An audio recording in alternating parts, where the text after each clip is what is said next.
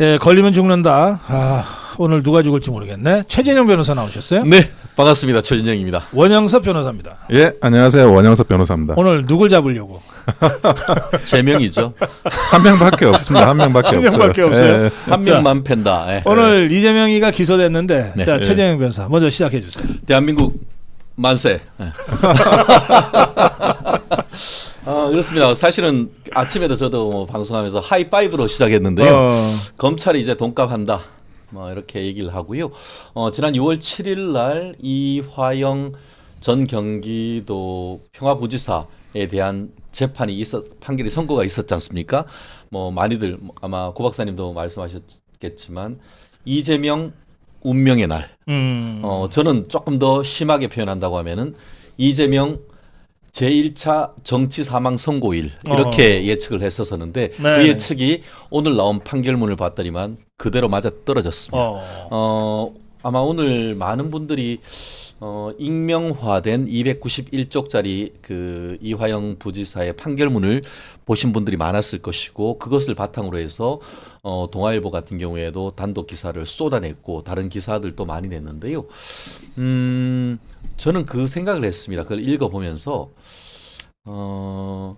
이재명에 대해서 오늘 불구속 기소를 한 공소장의 한 80% 내지 90%는 이화영에 대한 1심 판결문과 거의 데칼코마니처럼 일치할 것 같다. 그런 생각이 들었고 그 이화영의 재판은 거의 2년 가까이 1년 8개월을 끌었지만 이재명의 수원지방 1심 판결은 생각보다 빠른 시간에 나올 가능성이 높다. 왜냐하면은 이화영의 재판에서 나왔던 증인들을 사실은 더 이상 부를 필요가 없어요.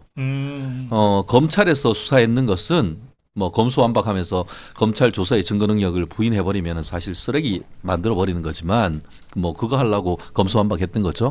자기들 방탄하려고. 그렇지만 법정에서 판사 앞에서 선서하고 했던 증인 조서 등본 그리고 유죄로 인정된 증거 이거는 아무리 부인해도 증거 능력을 부인할 수가 없습니다. 그렇기 때문에 그래요? 이미 좀 과정에서 얘기한다고 하면은 이재명의 재판은 그 이화영의 1심에 비해서 3분의 2 이상 끝났다. 저는 그렇게 생각한다고 하면 의외로 이재명이 지금으로부터 993일 이후 대선이 다가오고 있습니다만 그때의 후보 저는 못 나온다고 단언합니다. 왜냐? 수원지방법원에서 생각보다 빠른 시간 내에 이재명에 대한 제3전의 1심 판결 선고 나올 것이라고 감히 예측해 봅니다. 네.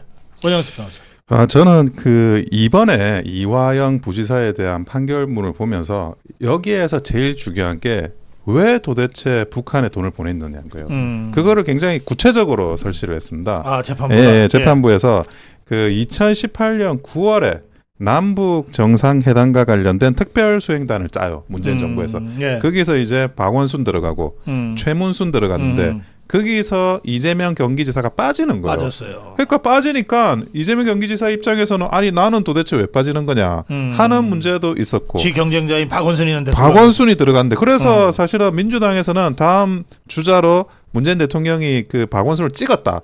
이런 이야기가 또 돌기 시작한 거예요. 그러니까 이재명 지사 입장에서는 이게 그 발등에 불이 떨어진 거예요. 그 발등에 불이 떨어져 가지고 어떻게든 다시 자기가 북한을 방북해야 되겠다라는 그런 플랜을 가동을 한 겁니다. 근데 이제 방북이라는 게 굉장히 중요한 부분이 지사가 어떤 북한을 방북한다 이런 것들은 사실은 대북 관계를 한다는 것 자체가 대통령의 업무잖아요.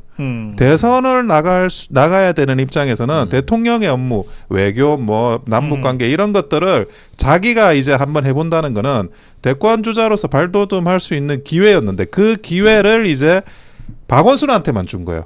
그래서 그거는 나는 이거는 인정 못하고 나도 따로 해보겠다라고 한 게 바로 이번 대북 송금이거든요. 그게 판결문에 나와 있습니다. 그러니까 배경이 그러니까 북한 저것들이 그런 거를 잘 알잖아요. 예, 예. 그래가지고 이재명이한테 야 너한테는 의전을 더 잘해줄게. 그러니까 돈 좀 더 내라. 막 이렇게 해서 막 이걸 돈을 갈취하더라고 보니까. 그러니까 그 이재명 대표가 얼마나 마음이 급했는지 그 황해도 스마트팜 있지 않습니까? 예. 황해도 스마트팜은 대북 제재 때문에 어떤 지원이 불가능한 상태였습니다. 그러니까 말은 해놓고 부도를 내버린 거예요. 아하. 그러니까 그 뒤치다거리를 이제 쌍방울에 김성태가 하는 거고 그리고 그 당시 뭐 김성태 뭐 진술에 따르면 보니 이재명이 대통령 될 줄 알았다고. 그러니까 이제 풀베팅을 들어가는 거죠. 아니, 그렇겠지. 대통령 될 줄 알았으니까 풀베팅했겠지. 아니 그러니까 이 판결문에 이미 800만 불의 그 자금이 북한으로 간 이유가 다 설치가 돼 있어요. 그 모든 것들이 화살표가 이재명을 향하고 있습니다. 그러면 이재명이가 그 김성태의 예상과 기대대로 대통령이 됐으면 그러면 아유. 김성태는 통일부 장관 하고 있나? 뭐 적어도 통일부 장관 이상 뭐 비서실장 같은 거 하고 있지 않을까요? 김성태는 통일부 장관이라기보다는 현대 창업주 정주영을 꿈꿨죠. 그런 내용이 사실은 어떻게 보면은 그 판결문에 어느 정도 나와 있거든요. 그래요? 실제 지금 얘기하셨던 왜 그 1심 우리 신진우 부장이 이화영이 왜 그러면은 북한에 그리고 이게 쌍방울의 김성태가 왜 돈을 800만 불을 보냈는가 그 이유를 판결문이 지금 한 290쪽 되는데 199쪽부터 205쪽까지 거의 5페이지 정도에 걸쳐 가지고 그 이유를 아주 상세하게 쓰고 있습니다. 그러면서 아마 오늘 방송하면서 많이 보셨겠습니다만 김성태와 또 안부수 진술의 신빙성 누구를 이 말을 믿을 수 있느냐와 관련해 가지고 다른 사람도 아니고 뭐 여러 번 그 법정에서 진술을 했는데 거의 그 내용에 차이가 일관성이 있고 더불어서 개인적으로 경험하지 않았다고 하면은 도저히 알 수 없는 아주 디테일한 것까지 얘기하는 것에 비춰봐서 신빙성이 인정된다라고 하면서 그 인정되는 이유를 한 합해서 한 15가지 이상 아주 상세하게 하나하나 써놓습니다. 네. 그렇게 한 이유가 뭐냐 하면은 검찰은 왜 김성태가 지 생돈 뭐 무슨 뭐 자기들이 현대 삼성입니까? 뭐 쉽게 말하면 빤스 팔아가지고 했던 그런 중견기업인데 그런데 현금 100억 우리나라 지금 돈으로 110억은 어마어마한 거죠. 회사의 명운을 가를 수 있는 그런 돈인데 왜 갖다 줬느냐 했을 때에 검찰은 그거 이재명이 대선 플랜으로서 북한에 갖다 주고 그리고 잘 되면은 대통령 되면은 아까 얘기하는 것처럼 마치 현대 그룹처럼 떵떵거리면서 살 수 있는 자원개발과 관련된 알겠어요. 독점적인 어떤 권리를 가져오기 위한 건데 그 반면에 이재명은 뭐라고 했습니까? 이화영은 그게 말이야 쌍방울이 주가 부양해가지고 자기들 주가 조작하려고 자기들이 독자적으로 했는 것이 아니냐라고 계속 그 얘기를 했지 않습니까? 그렇기 때문에 그럼 누구 말이 맞느냐라고 하면서 양쪽을 다 검증해본 결과 이거는 주가 조작을 하려고 했던 것은 전혀 아닌 것 같아. 오히려 이재명이 북한에 가려고 했는데 문재인이 왕따 시키니까 이거 내가 여기서 떨어졌다가는 박원순이한테 밀린다. 야 이화영이 당신 평화부지사로 해서 북한 바로 갔다 와. 실제로 어땠어요? 2018년 6월에 당선이 돼가지고 8월에 문재인이 북한에 갔단 말이에요. 자기 왕따 시키고 최문순이하고 박원순이 그러니까 바로 다음 달 9월 달에 이광재 전 강원지사하고 둘이서 그 이화영이가 북한에 갔다 와요. 그러고 나서 이 사단이 벌어진 거잖아요. 그렇다는 점에서 알겠어요. 이것이 근데 그 말씀드린 것처럼 그 쌍방울의 주가 조작을 위한 것이라기보다는 오히려 이재명의 대권 플랜 하에서 윈윈하기 위한 그런 전략 속에서 뭐 돈 못 보내니까 쌍방울 돈 보내게 됐던 그 얘기인 거죠. 이게 이제 이재명이가 기소가 돼서 재판받아서 이제 유죄가 되면 양형은 어떻게 될까요? 제가 이거 정말 정확하게 제가 맞췄는데요. 이화영에 대해서 우리 그 저한테 전화 왔더라고요. 우리 서정욱 변호사가 몇 년형을 예측하냐. 저는 최소 10년, 유죄가 다 인정된다면 12년 정도를 예측했습니다. 그런데 9년 6월이기 때문에 사실은 제가 거의 정확하게 맞췄고 다른 분들 7년, 5년 했는데 저는 제가 대법원 양형위원회에서 전문위원으로 한 6년 정도 양형, 이게 뇌물, 뭐 선거법, 배임 횡령까지 다 제가 실무적으로 만드는 데 관여를 했고 제가 여전히 제가 그 실무를 뛰고 있기 때문에 제 실무적 감각으로서는 그것 못해도 종범 지금 어떻게 보면 공범 이화영이가 10년이면은 이재명은 이런 식으로 자백하고 죽을 죄를 졌습니다 하는 것이 아니고 똑같이 이런 식으로 간다고 하면은 제가 봤을 때 미니멈 10년입니다. 구형은 아마 15년 이상 할 것이고 그러니까 실질적인 형이 10년 내지 15년 사이에 정해질 가능성 좀 높다고 봅니다. 예. 저도 뭐 15년 이상 나올 것 같습니다. 지금 이제 지금 이화영 재판이 고등으로 가잖아요. 2심으로 가는데 이화영이 지금과 같은 기조를 유지할 거냐 저는 그렇게 생각 안 해요. 무슨 말이냐? 자기가 주범이 아니잖아요. 이 모든 대북 송금이나 이 모든 것에서 가장 이익을 보는 사람은 이재명 지사입니다. 그렇지. 근데 사실은 이화영의 그 전처도 현재 부인이죠. 그러니까 현재 부인하고 뭐 서로 사실 재판정에서 서로 막 다툼이 있었잖아요. 예. 그런 것들도 결국에는 이화영 지사가 자기가 약간은 더 뒤집어 쓰겠다 이런 그 의도에 있지 않았나 싶어요. 그리고 지금까지 진술을 번복했던 것도 물론 이제 그 재판부는 기존의 그 수사기관의 진술의 임의성을 인정했습니다. 근데 결국 이제 옥중서신이라 그러면서 그게 아니었고 하면서 다 번복했잖아요.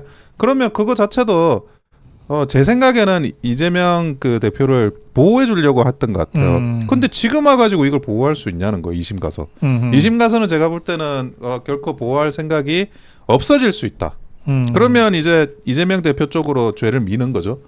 그거는 나 혼자 다 이거 독박 쓰고 갈 수가 없다. 그 만약에 신경의 변화를 2심에서 일으킨다면 예. 변호사들부터 바꿔야 되겠네. 사실은 그 저기 페북에 쌍시업 비업이라는 그런 걸 올리는 변호사가 야 저런 변호사를 믿고 어떻게 그 그렇죠. 1심을 진행했을까? 그거 있을 수가 없거든요. 지금 이제 법원의 기류가 다 바뀌고 있습니다. 지금 이화영 재판도 마찬가지지만 네. 사실은 그 내용에 있어가지고 판결문의 이유 부분 그 부분이 아까도 동기 부분을 이야기했듯이 그게 지금 이재명 대표를 향하고 있어요. 그리고 뭐 검찰도 기소를 했고, 근데 이런 거 저런 거 뭐 이게 무슨 그 탄압이니 어쩌네 하면서 입법을 하네 어쩌네 하지만 사실은 그 입법을 하겠다고 하는 그런 내용들이 이재명 대표한테는 굉장히 일종의 양형이나 그 심증의 문제 있어가지고 이제 법원에서는 마이너스가 될 수가 있어요. 더 강하게 처벌할 수 있는 그 판사들이 그런 생각을 하게 될 수가 있거든요. 판사들이 겁먹고 위축해서 풀어주기보다는 이제 그런 게 없는 거죠. 이것들 봐라 이럴 수가 있다. 저는 법원이 이제는 기류가 좀 바뀌었다고 생각을 하고 있습니다. 그래서 지금처럼 이재명 대표가 만약에 이런 식으로 뭐 그전에 뭐 총선 전에는 재판도 안 나오고 미루고 뭐 말도 안 하고 불출석하고 뭐 그런 식으로 했지만 제가 볼 때는 지금 이 1심에서 일어난 그 이화영 부지사의 판결문을 본다 그러면 엄청 긴장하고 오히려 자기가 민주당한테 야 너희들 그렇게 심하게 하면 나 정말 그 강한 처벌 받을 수 있어 이런 그 어떤 암시를 주지 않을까 하는 생각이 들어요. 그러니까 저 이화영 재판 결과가 전해진 그 순간 대장동 재판 받고 있었거든요. 그렇죠. 예. 근데 그때 그 이재명의 표정이나 예. 또는 나와서 그냥 한마디도 안 하고 뭐 거의 뛰다시피 해서 차 타고 간 거나 뭐 이런 게 평소에 이재명과 좀 달랐다 이런 얘기들 많이 하던데. 아마 속으로 생각했죠. 이제 명이 다 하였구나. 아마 그런 생각을 했지 않을까 싶은데요. 예. 한동훈 뭐 전 비대위원장도 썼지 않습니까? 지가 제일 잘한다고. 지가 이 틀에서 벗어나기 힘들 거란 것을 직감했을 거다라는 생각을 저 또한 하거든요. 그게 실무가의 감입니다. 한동훈 비대위원장 뭐 조선 제1의 검이라고 그 많은 범털들 다 잡아넣었는데 그 사람들하고 얘기하면서 느꼈던 느낌을 이재명에게라도 못 느꼈겠습니까? 그런 생각을 하고 아까 얘기했던 게 뭐냐? 한마디로 이화영이 제2의 유동규가 될 것인가? 그거 아닙니까?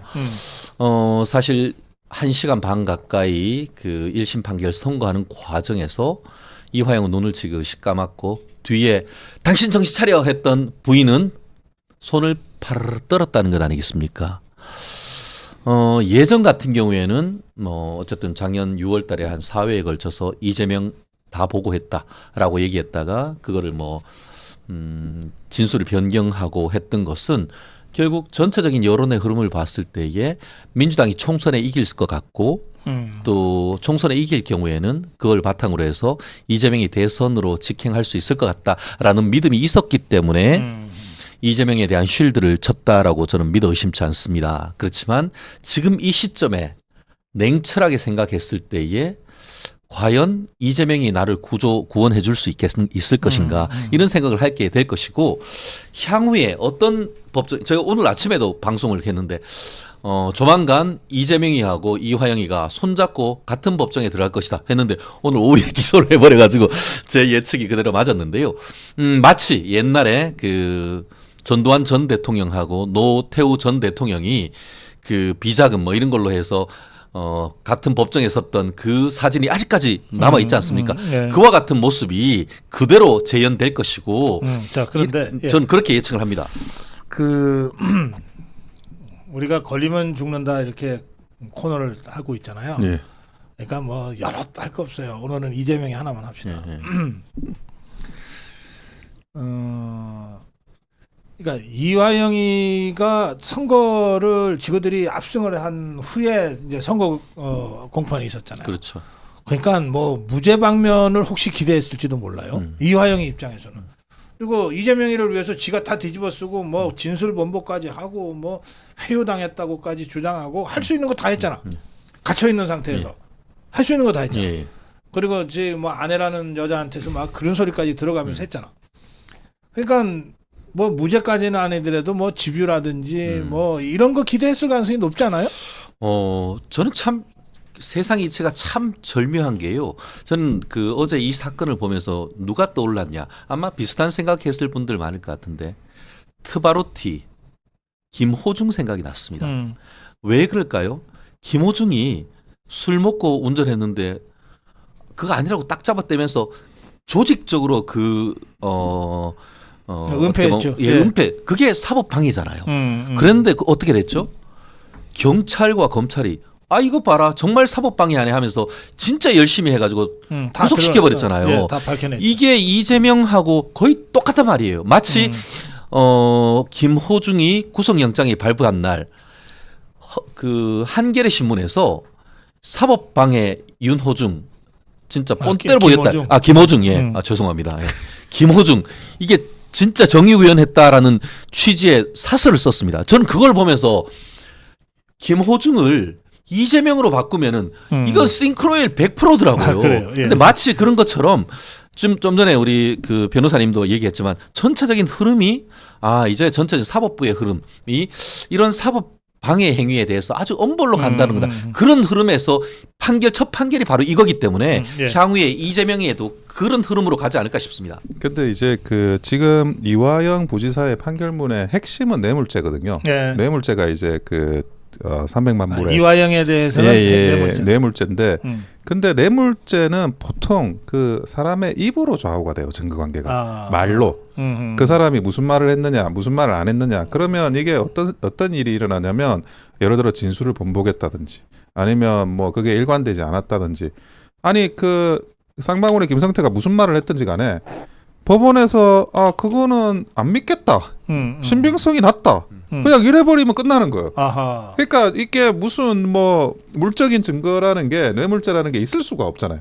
사람의 말로 내가 그렇게 해서 준 거야라는 그 말이 있어야 되는데 그 말의 신빙성을 그냥 훅 하고 법원에서 날려버리면 그러면 증거가 없는 거예요. 그러니까 그 이화영 지사가 이 부분에 대해서 신빙성을 다퉈가지고 그거를 증발시키면 말을 증발시키면 자기가 좋은 판결을 받을 수 있겠다라고 그래서 기대를 할 수 있는 게 그 전에 김명수 대법원에서는 솔직히 뭐 저는 뭐 유리하게 그렇게 재판이 진행됐다고 생각하고 있어요. 이화영 지사에 대해서 뭐 너무 봐주잖아요. 그러니까 이화영 지사가 재판을 지연하는 소송 지연책을 사실 다 봐줬어요. 근데 그거는 누가 보더라도 지금의 그 당시 김명수 대법원이 김명수 사법부가 이화영 지사를 감싸는 불공정한 재판을 했다고 볼 수밖에 없는 상황이었고 그 이화영 부지사가 그런 재판을 경험을 한다 그러면 이게 판결에서도 그냥 그 말만 신빙성이 없다고 날려주면 되니까 쌍방울 김성태 말만. 근데 그 부분이 진행이 안 된 거예요. 그래서 사실 이제 우파 여러분들은 보수 우파 여러분들은 저 당연히 나쁜 놈이니까 당연히 처벌을 받는데 왜 이화영은 예상외라고 생각을 할까? 그게 너무 이상하잖아요. 예. 그게 뇌물죄라는 구조가 사람의 이 말에 의존해서 그래요. 저 말을 못 믿겠다라고 그러니까. 하면 훅 하고 그냥 뇌물죄가 사라져 버려요. 그러니까 이화영이는 재판정에서 선고 밖으로 갈 때까지도 지가 무죄로 방면되거나 아니면 뭐 집행유예 정도로 나갈지도 몰라. 자기 뒤에 이재명이가 있으니까, 그리고 내가 이렇게 이재명을 위해서 이걸 다 했으니까 이렇게 생각하고 왔을 가능성이 그 사람은 그렇게 생각할 수밖에 없었던 거예요. 그동안의 재판이라는 게 자기 마음대로 다 됐으니까. 9년 6개월 실형이 떨어졌잖아요. 그렇죠. 1심이 2심에서 바뀌는 경우는 사실은 별로 없고. 거의 사실 인정이니까. 자, 그렇게 되면 예. 내가 이제 이재명이를 위해서 10년을 감옥살이를 해야 되는 거야 지금. 예? 그리고 뭐 몇 억을 이렇게 좀 뺏겨야 되고 그런 거야. 그러면 계속해서 의리를 내가 지켜야 돼?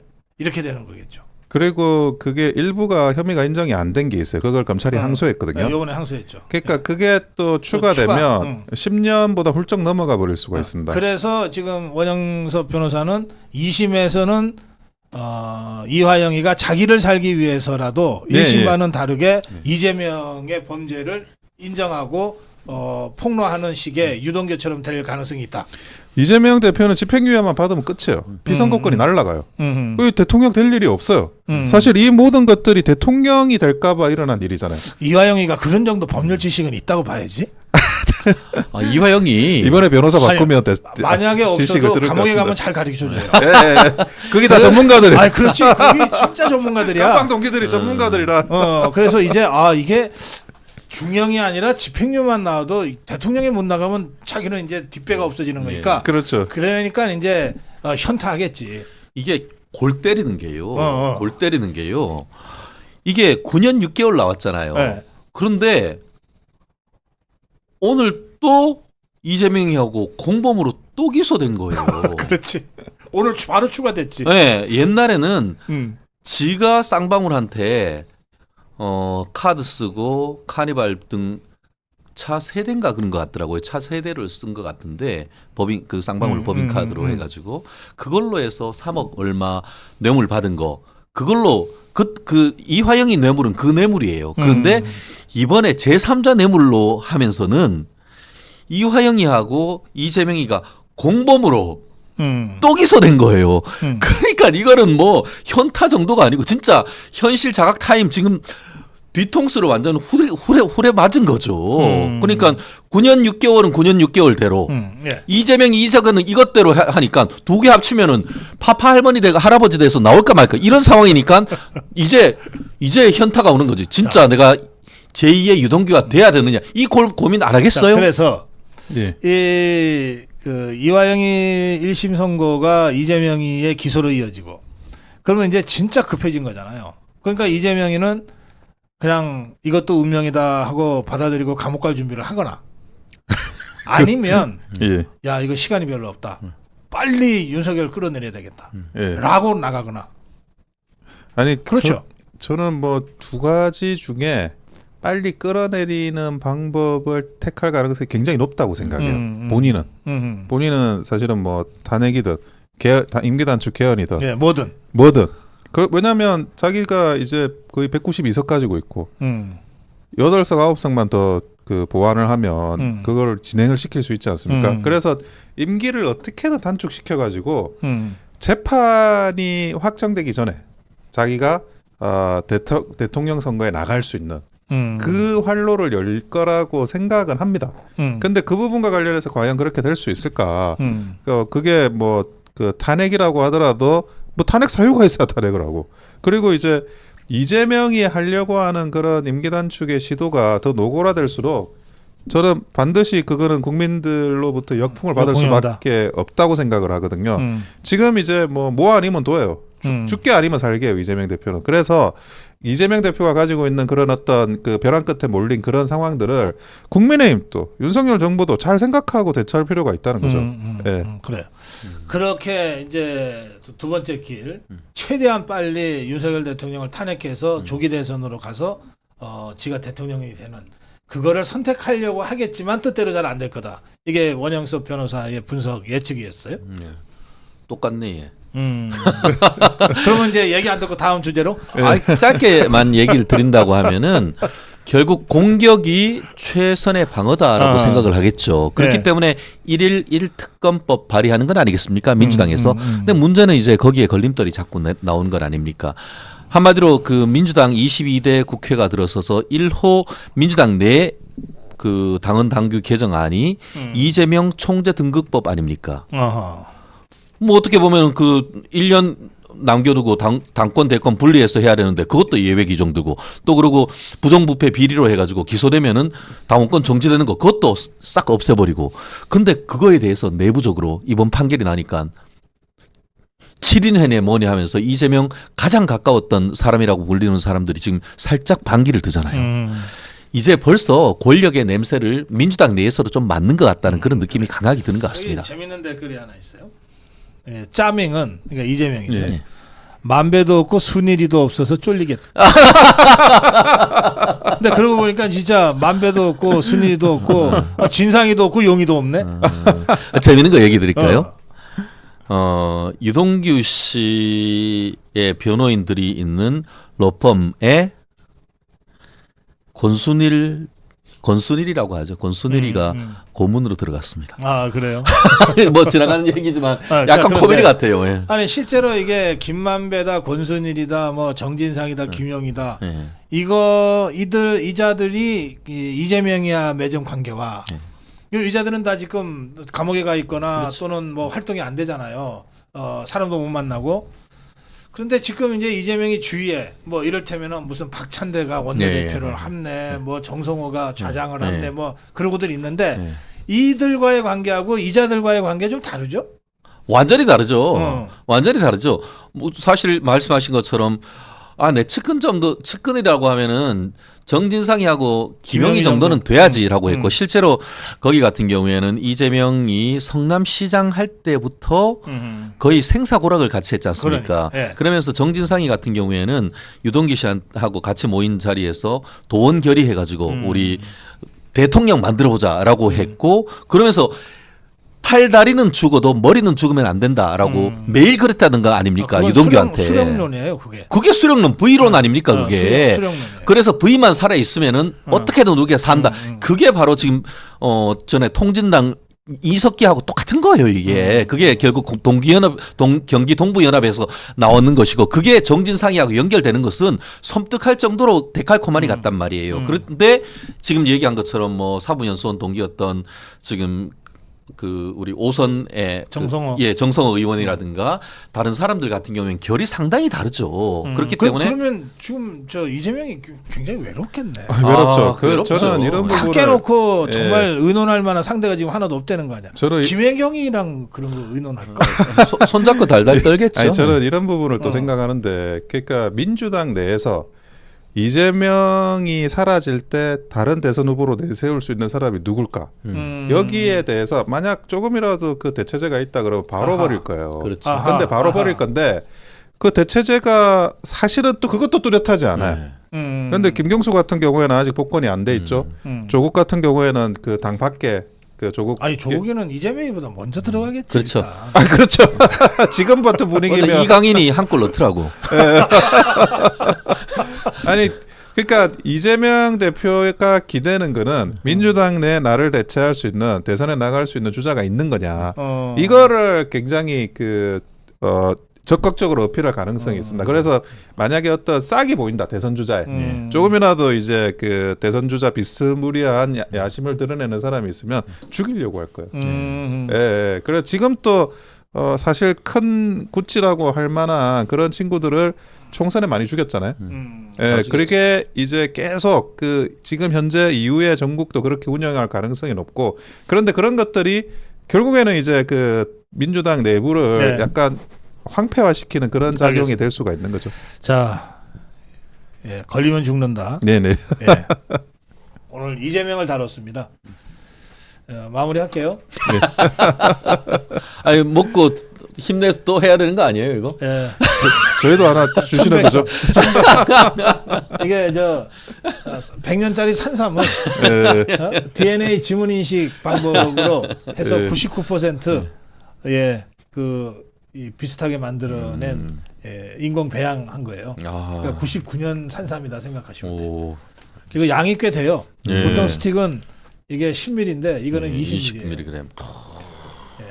드세요. 1103. 1100. 제가 예. 밤에는 아침에 제가 물에 타서 2배로 먹겠습니다. 밤에 먹으면 안 돼. 아 이게 뭐 살 빼는 게 너무 힘들어요. 아 이게 그 8시 이후에 이게 먹는 거는 비상이다 생각하고 이게 대신에 아침에 먹으면 산삼이다 생각하고 먹겠습니다. 아유. 그러세요. 네. 40 넘어서 살 빼는 건 거의 불가능에 가깝습니다. 저 지금 벌써 한 4kg 빼고 있어요. 대단하시네. 네, 마무리 한 말씀씩 듣겠습니다. 아니 이번에 그 이화영 부지사의 판결이나 이재명 대표의 기소는 드디어 사법부와 검찰이 제대로 일을 하고 있다라는 저는 신호라고 생각을 하고 있습니다. 이 신호가 아주 지속적으로 돼서 뭐 정말 유권 무죄, 무권 유죄가 되는 이런 대한민국이 더 이상 있으면 안 된다. 그런 생각을 계속 하고 있습니다. 한번 지켜보시죠. 예. 네. 죽어야 산다. 이화영이 살 길은 이화영이 제2의 유동규가 되는 것밖에 없다고 생각을 합니다. 그게 대한민국 역사 앞에 어떻게 보면 평생 그 이름을 다시 살릴 수 있는 길이고 또 대한민국 역사를 바르게 하는 것이라 생각을 하고 아마 쉽진 않겠지만 아마 굉장히 깊이 고민을 할 겁니다. 그 과정에서 정말 그 사모님이 이화영 전 부지사를 사랑한다고 하면은 지금 변호사, 민변 변호사 다 자르고 옛날 서모 변호사님 모시고 온다고 하면은 금방 재판이 끝날 거라 생각하는데요. 어제 아까 농담같이 얘기했습니다만 이재명의 명이 정말 다해 간다는 느낌 강하게 드는 것 같습니다. 알겠습니다. 앞으로 다리 쭉 뻗고 우리 고성국 TV 시청자 여러분 다리 쭉 뻗고 주무셔도 전 된다고 봅니다. 네. 근데 그 이화영이가 지금이라도 이 현타해서 아이고 나라도 살아야 되겠다. 그리고 우리 최진영 변호사가 그렇게 용하다던데. 그거 찾아오면 어떡하실 거예요? 아 그럼요. 제가 해드려야죠. 무료 변론? 고민 좀 해보겠습니다. 원영수 변호사는 아니, 저는 주로 민사를 다뤄서 건설부동산을 우리 최 변호사님한테 양보하겠습니다. 네, 형사 사건 시원하게 변론해드리겠습니다. 알겠습니다. 네, 박사님 시간이 좀 늦어도 국수 한 그릇 먹어야겠습니다. 잔치국수. 오케이. 예. 자, 걸리면 죽는다. 오늘 최진영 변호사, 원영섭 변호사와 함께했습니다. 고맙습니다. 감사합니다.